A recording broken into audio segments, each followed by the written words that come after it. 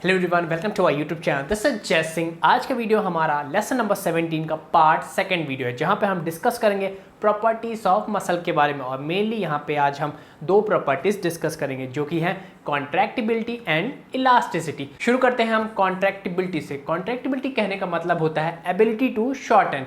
कहने का मतलब जब आप कोई एक्शन परफॉर्म करते हैं, लाइक फ्लेक्शन परफॉर्म करते हैं, तो आपकी मसल कॉन्ट्रैक्ट होती है, शॉर्ट होती है, छोटी हो जाती है। तो इससे प्रॉपर्टी को हम कॉन्ट्रैक्टिबिलिटी बोलते हैं। हमारी मसल का ये नेचर होता है कि वो शॉर्टन हो सकती है जब कोई particular action like flexion perform करते हैं तब। तो हमारी मसल की इस एबिलिटी को कॉन्ट्रैक्टिबिलिटी बोलते हैं। फॉर एग्जांपल, अगर मैं बाइसेप फ्लेक्शन परफॉर्म करता हूं तो यहाँ पे हमारी मसल कॉन्ट्रैक्ट होती है। जैसे मैं आपको शो करके दिखाता हूँ। जैसे अगर मैं ये बाइसेप फ्लेक्शन कर रहा हूँ तो पहले मेरी मसल इतनी थी बाइसेप की, लेकिन जब मैं फ्लेक्शन परफॉर्म करता हूँ तो हमारी बाइसेप की मसल सिकुड़ जाती है, शॉर्ट हो जाती है, छोटी हो जाती है। तो इस प्रॉपर्टी को ही हम कॉन्ट्रैक्टिबिलिटी बोलते हैं। जब हमारी मसल कॉन्ट्रैक्शन करती है तो यहाँ पे होता यह है कि जो हमारे मसल फाइबर की सबसे स्मॉलेस्ट यूनिट है मायोफिलामेंट, जिसके दो एलिमेंट होते हैं मेनली। एक होता है एक्टिन, जिसको हम थिन फिलामेंट बोलते हैं, और दूसरा होता है मायोसिन, जो कि एक थिक फिलामेंट होता है। आप इसको इस तरह से समझ सकते हैं जैसे कि ये इमेजिन करिए, जो दो है ये मायोसिन है जो थिक फिलामेंट है, और ये जो इंगली है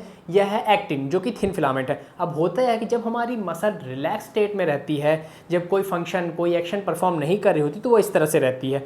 लेकिन जब हमारी मसल कॉन्ट्रैक्ट करती है तो क्या होता है, ये जो एक्टिन है ये मायोसिन के अंदर इस तरह से चला जाता है। तो क्या होता है, जब हमारी मसल कॉन्ट्रैक्ट करती है तो हमारी जो मसल फाइबर की लेंथ है वो छोटी हो जाती है। जैसे रिलैक्स स्टेट में इस तरह से थी तो लेंथ इतनी थी, लेकिन जैसे ही ये कॉन्ट्रैक्ट की तो ये मसल हमारी शॉर्टन हो, क्योंकि हमारा जो एक्टिन है, जो थिन फिलामेंट है, वो मायोसिन जो थिक फिलामेंट है उसके अंदर चला गया। सो इस तरह से हमेशा होता है। जब आप कॉन्ट्रैक्शन परफॉर्म करते हैं तो यह मसल इस तरह से हो जाती है, जब आप रिलैक्स करते हैं तो आपकी मसल इस तरह से हो जाती है। सो इस तरह से कॉन्ट्रैक्शन हमेशा होता रहता है। सो आपने देखा, जब आपकी मसल कॉन्ट्रैक्ट करती है तो आपके जो मसल फाइबर होते हैं वह छोटे हो जाते हैं, शॉर्टन हो जाते हैं। तो इसी चीज को हम बोलते हैं कॉन्ट्रैक्टिबिलिटी। सो यही प्रॉपर्टी हमारे मसल की कॉन्ट्रैक्टिबिलिटी कहलाती है। सो ये दोनों एलिमेंट एक्टिन और मायोसिन दोनों एक दूसरे के पैरेलल होते हैं, लेकिन ओवरलैप कर सकते हैं एक दूसरे को। और जब जब हमारी मसल कॉन्ट्रैक्शन परफॉर्म करती है तो यह एक नेचर होता है कि मसल हमारी 40% तक शॉर्टन हो सकती है अपनी लेंथ से। मसल कॉन्ट्रैक्शन कैसे परफॉर्म होता है इसके लिए आप स्लाइडिंग फिलामेंट थ्योरी पढ़ सकते हैं,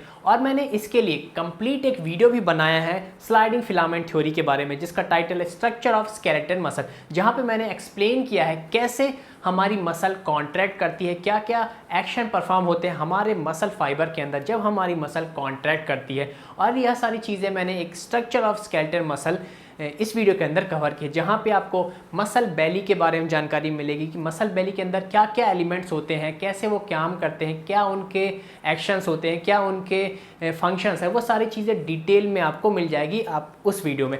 उस वीडियो का लिंक मैं नीचे डिस्क्रिप्शन में डाल दूंगा, और उस वीडियो का लिंक वीडियो के लास्ट में भी आएगा। आप वहाँ से इसे ज़रूर देखिए अगर आपको अपने मसल बेली के बारे में जानना है, स्लाइडिंग फिलामेंट थ्योरी के बारे में आपको अगर अच्छे से डिटेल में समझना है, तो मैंने हर चीज़ उसमें एक्सप्लेन की है उस वीडियो में। तो मेक श्योर उस वीडियो को आप जरूर देखें। अब बात करते हैं हम इलास्टिसिटी के बारे में। मसल की हमारे ये प्रॉपर्टी होती है कि यह इलास्टिक होती है। जैसे कि आप इलास्टिसिटी के बारे में आप बचपन से पढ़ते आए होंगे कि किसी अगर चीज़ को हम खींचे और अगर हम फिर छोड़ दें तो वो वापस अगर उस शेप में आ जाती है जहाँ से हमने खींचा था, तो उस प्रॉपर्टी को हम इलास्टिसिटी बोलते हैं। जैसे कि रबर्स में होता है, मैं आपको शो करके दिखाता हूँ। फॉर एग्जाम्पल, जैसे ये रबड़ है, इसकी ओरिजिनल लेंथ इतनी है, लेकिन अगर मैं इसको खींचूँ तो इसकी लेंथ बढ़ गई। लेकिन अगर मैं इसको खींचना छोड़ दूँ तो क्या होगा, इसकी जो नॉर्मल लेंथ है वापस उतनी ही हो जाएगी जितनी पहले थी। तो इस प्रॉपर्टी को हम इलास्टिसिटी बोलते हैं। हमारी मसल भी ठीक इसी तरह से होती है। अगर हमारी मसल को खींचा जाए और फिर छोड़ दिया जाए तो ये नॉर्मल उसी लेंथ पे आ जाएगी जहां से हमने खींचना इसको स्टार्ट किया था। अगर हमारी मसल में इलास्टिसिटी नहीं होती तो क्या होता कि हमारी मसल अपना काम कर ही नहीं पाती, हमारी मसल ठीक से फंक्शन कर ही नहीं पाती। जो मसल के फंक्शंस है वो पूरी तरह से मसल परफॉर्म नहीं कर पाती, क्योंकि अगर हम किसी चीज़ को खींचते हैं और फिर छोड़ देते हैं तो अगर वह चीज़ वापस अपने ओरिजिनल लेंथ तक नहीं पहुंच पाती तो वह चीज़ ढीली पड़ जाती है, वह अपनी लेंथ थोड़ी सी इंक्रीज कर देती है, जिसके कारण एक स्लैग फॉर्म होता है। जैसे आपने बड़े बड़े इलेक्ट्रिक खंभे देखे होंगे, वहाँ पे जो वायर लगे रहते हैं वो कुछ दिनों बाद, कुछ महीने बाद झूल जाते हैं, एक स्लैग फॉर्म करते हैं। वायर्स की इन स्लैगिंग का डिसएडवांटेज यह होता है कि इनमें जो टेंशन होता है वह धीरे धीरे कम होता जाता है। तो ठीक इसी तरह हमारी मसल अगर स्ट्रेच होने के बाद वापस अपनी जगह पे नहीं आ पाती है तो हमारी मसल का भी टेंशन खत्म होता जाता है, और अगर हमारी मसल में टेंशन खत्म होता जाएगा तो हमारी मसल ठीक से फोर्स जनरेट नहीं कर पाएगी, और अगर मसल फोर्स जनरेट नहीं कर पाएगी तो यह लीवर की तरह एक्ट नहीं कर पाएगी, जिसके कारण क्या होगा, हम कोई भी एक्शन मूवमेंट परफॉर्म नहीं कर पाएंगे। आपने देखा होगा जो बहुत बूढ़े लोग होते हैं उनकी मसल स्लैग फॉर्म करती है, उनकी मसल झूल जाती है, जिसके कारण उनकी मसल फोर्स जनरेट नहीं कर पाती है, और फिर क्या होता है, उनके एक्शंस परफॉर्म नहीं होते, वो अच्छे से मूवमेंट नहीं कर पाते, कोई भी क्विक मूवमेंट, हाथ पैर नहीं हिला पाते। और ये इसलिए भी होता है क्योंकि इनकी मसल की इलास्टिसिटी कम होती जाती है, या बोल सकते हैं बहुत कम हो जाती है। सो यह था कंप्लीट एक्सप्लेनेशन मसल की property number 2nd and 3rd का। जो बाकी बची 4th एंड 5th प्रॉपर्टी है मसल की, उसके बारे में हम अपने नेक्स्ट वीडियो में पढ़ेंगे। तब तक आप जितने भी लेसन मैंने अभी तक पढ़ाए हैं उसका रिवीजन करते रहिए, ताकि वो सारी चीज़ें आपके दिमाग में अच्छी तरह से बैठ जाए। और जिस वीडियो को मैंने आज सजेस्ट किया है, स्ट्रक्चर ऑफ स्केलेटन मसल, जहाँ पे मसल बेली के बारे में आपको जानने को मिलेगी, मसल के अंदर क्या क्या चीज़ें होती हैं, क्या क्या एलिमेंट प्रेजेंट है, वो सारी